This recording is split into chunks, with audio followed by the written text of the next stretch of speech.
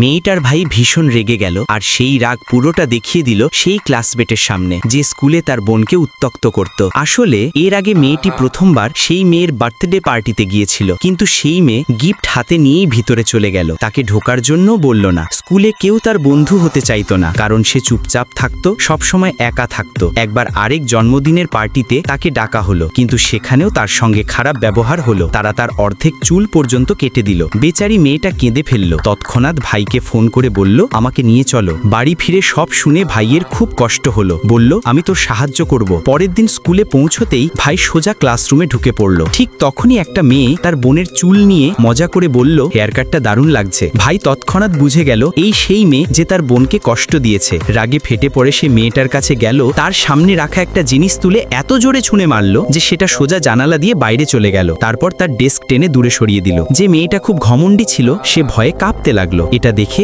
ছোট বোনটা মুচকি হেসে ফেলল।